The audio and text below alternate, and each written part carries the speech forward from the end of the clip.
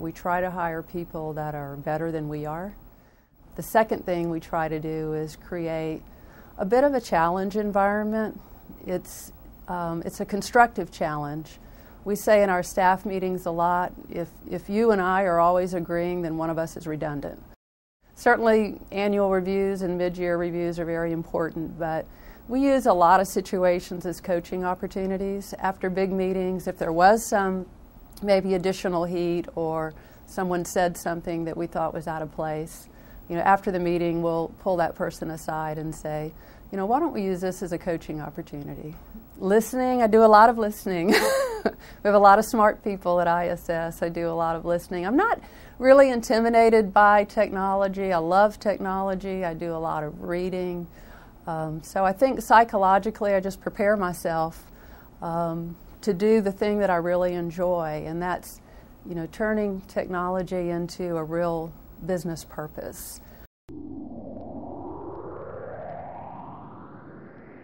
The single biggest challenge is not being able to do as much as you'd like to do as fast as you can. When you're in a self-funded situation, you've got to have the funding to do what you need to do.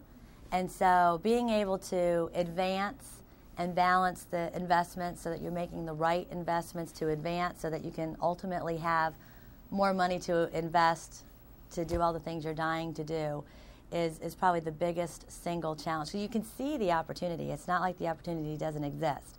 You can see it. It's just how can you get there without going bankrupt. So you kind of need to have a little bit of patience to go with that vision. My management style is that I ultimately believe that you will do the right thing, that if you need help, you'll ask for it. If you don't ask for it, I'm not coming around to see what you're doing. I mean, we have very much of a competency culture.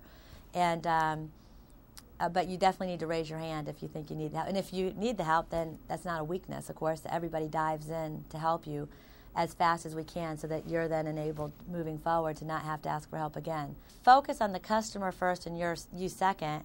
That ultimately drives the right actions because you need to put yourself in the shoes of the customer in every single instance.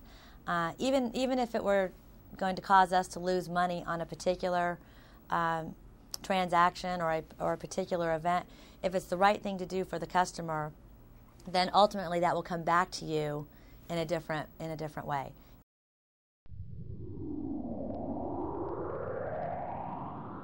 Well, I think the biggest challenge in my job is figuring out how to make technology work for our small business customers. So it's keeping the personal side as you grow and as you continue to deliver these applications to them. It's keeping it simple and making it where they can use it easily without big IT staffs.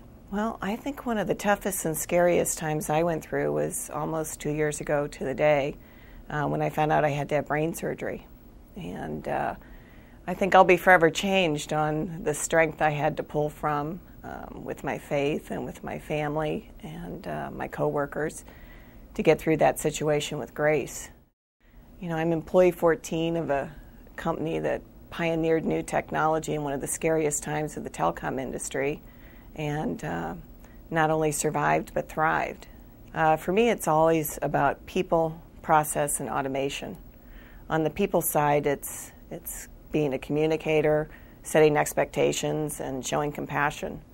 On the process side, it's about seeing if there's a better, faster, smarter way. And then automation's just about embracing technology to make it smart.